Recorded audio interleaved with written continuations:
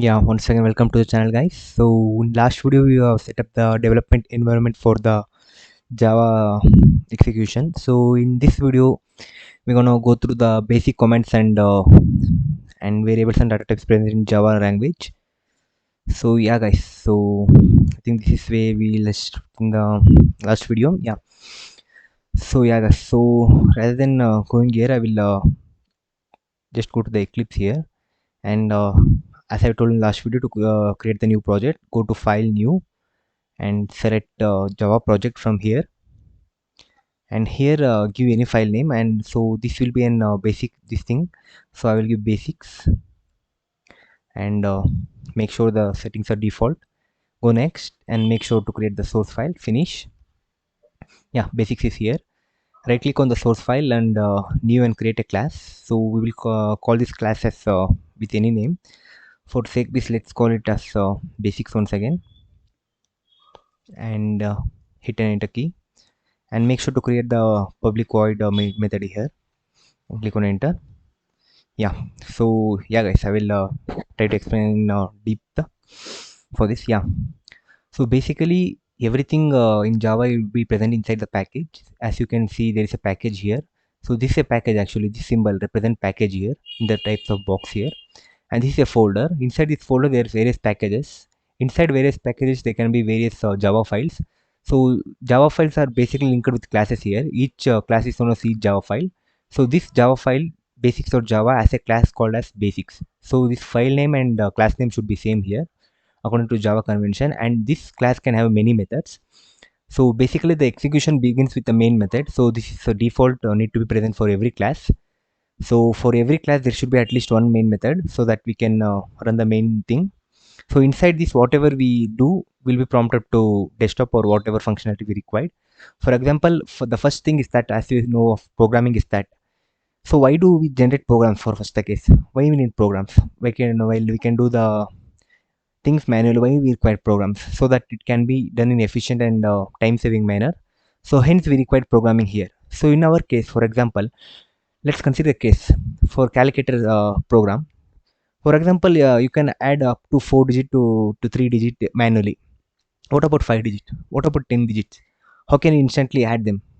So for that case, we required programs here, not just idea of calculator. For different many scenarios, we do require programming here to automate the things. We need programming. So that's the basic idea behind programs. Why the programs were generated, to make the code time to be saved, and also for efficient work to be done in efficient manner. So programs were generated in those days, back days. So we use programs till days now. So coming to the programming language, as the name suggests as language, it's a language. So basically we are communicating in English now.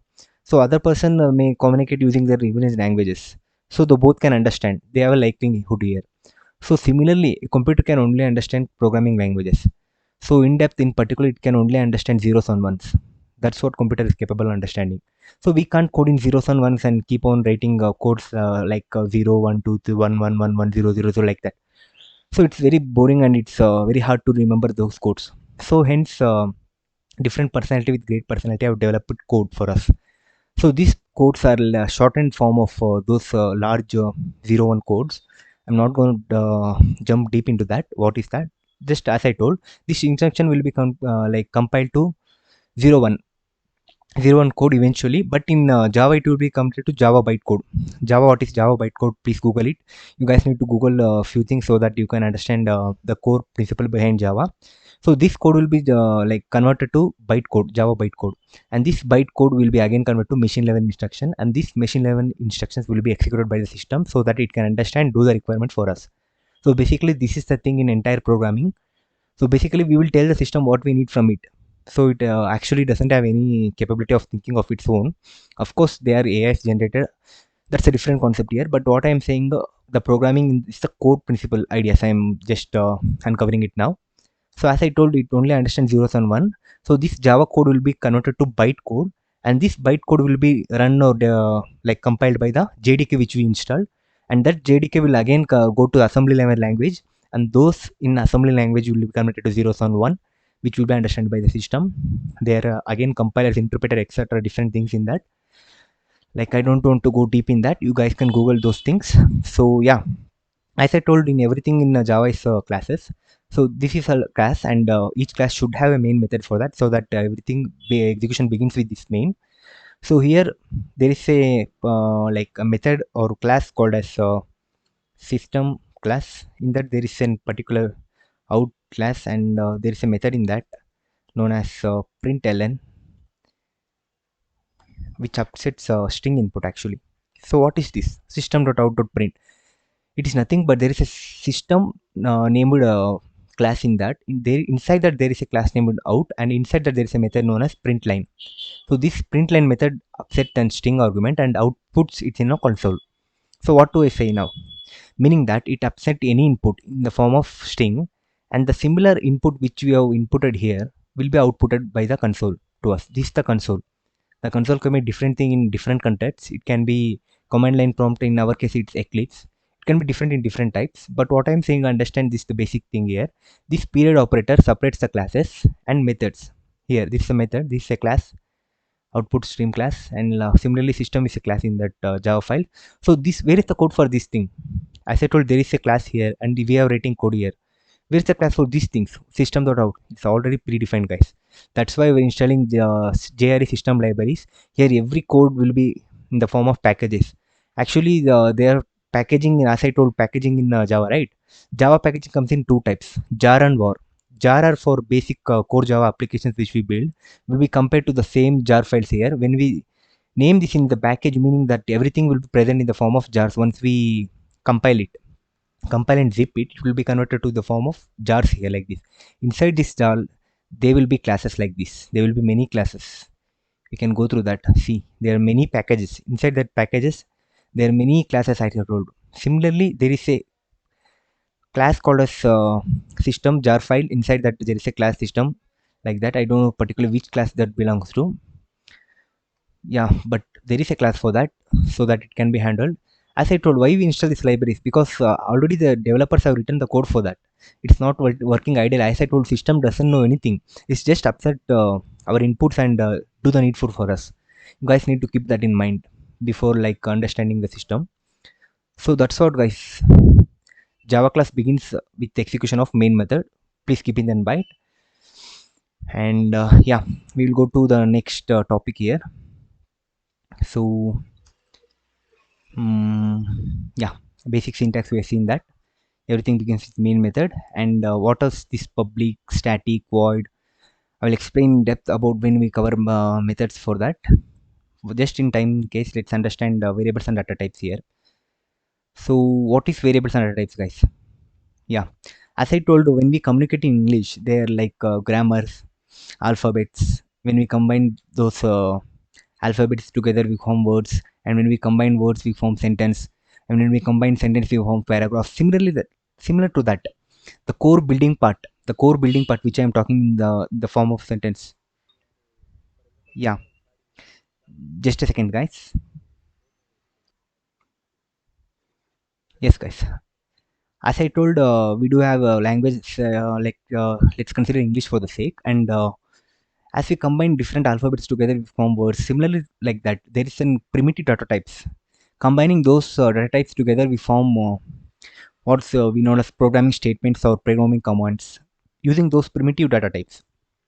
Yeah, primitive data type. So in order to explain primitive data type, I will take the example of English language itself. So let us consider English languages. So we know inside there is grammars, rules for that. In order to speak a language, we will be naming a person in the form of nouns. We will be naming certain things which we see. Similarly, like that, we will name a quantity in programming language. That quantity can be in anything. It can be string value. It can be data type value. It can be a name of a person. Everything will be naming as integer value. Sorry, not integer value, primitive value. So what is primitive value? Primitive values are predefined value. So, meaning that developers have already written code for that, and the system can implicitly understand those keywords. So int is a keyword, and it is a primitive type, meaning that it can store integer values here. So what is a variable in this case? So variable is the name given to a value. So in our case, 25 is an value, and we will give a name for that as age. Any variable, any variable, any name you can do, depends upon your context and your application. And int represent, meaning that it's an integer value, meaning that 25 is an integer value, and float represent meaning that it is a floating point value, meaning that it is a decimal value here. And double is similar to float, but with the double precision, meaning that it can store larger values, like it can store around 12 to 14 digits like that. And char is used to store a single character value. It can be I, A, B, C, D, any letter, but a single carry enclosed within single quotes. But for our convention, it can be used like that. And boolean is used to store two values, either true or false. So let's print the boolean value and see that. Let's run as Java application. You can see false value here been prompted by the console. Similar like that, as I told, variables are just quantifiers used to give a value for that. Quantifier meaning that there is a quantity and we give name for that. Similar to that. And non-primitive data types. I've already written code, guys, so it's time consuming, so that you guys can concentrate on the core ideas and not on less typing the code here. Yeah, so this is string. String is similar to variable declaration here. String meaning that it is a string type, and message is a variable name, and it stores the values known as hello world. Remember, guys, right side and is known as value assigned to the left hand variable. Right hand side is a value assigned to left hand side variables. So this is known as declaration, and combinedly it's known as definition. Please keep that in mind. So string should be enclosed within double quotes. It's compulsory that can enclose with single quotes also, but if there is an apostrophe used, so you need to change requirement to require. And coming to arrays, so what is arrays? Arrays are just like normal variables. Here you can see the declaration of array is similar, but there is a clinch here. What is that? Here you can see a square brackets after int, meaning that it's an array value. So integer or float or double, anything you can give, followed by this square bracket indicates is array of value. What is array of value? Meaning that array does not store single value, it stores multiple values, and it shows only heterogeneous values, meaning same values. You can't give a floating value here, 0.8, you can't do that, it throws an error. What's the error? Let's see that cannot convert from double to int. So there is a conversion problem here. We'll see how to solve that conversion problem also here. So for the time being, let's make it as decimal. Yeah, let's make it decimal, right? Let's see that how to convert that. 3.8, let's give that. So let's convert it to double. Let's convert it to double. It should save the double value, right? Let's convert it to double. Yeah, now it's the, you can see the error is gone. This is just a warning, guys. In Eclipse there are certain warnings. This warning indicates that the value is not used. If you use the value, this message goes. So let me show that also.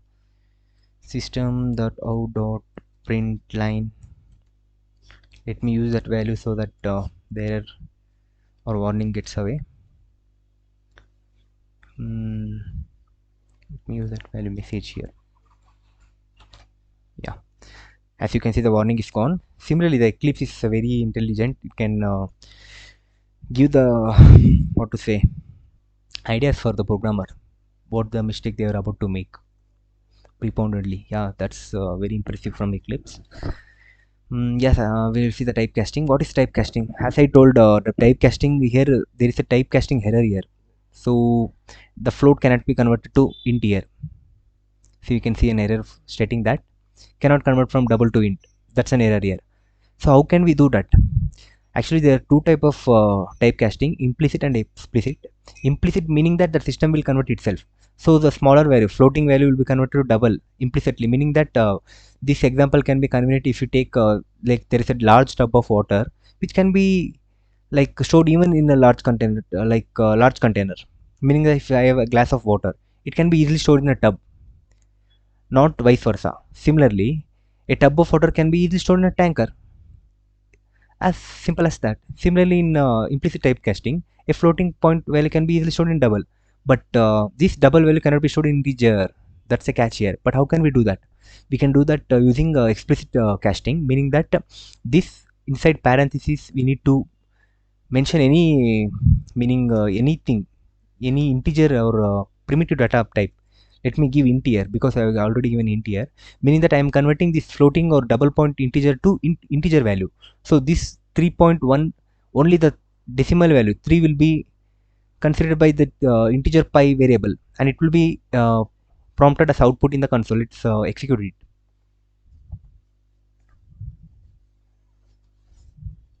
you can see 3 in the output. So I think that's what typecasting is all of. So if you guys any questions in your mind, please to comment down in the below. And the other user, if you are like familiar with the concept, please to reply comment for them. And that's all for today, guys. We'll be coming with different concepts in different videos. So stay connected, guys. Thank you for watching. Bye bye.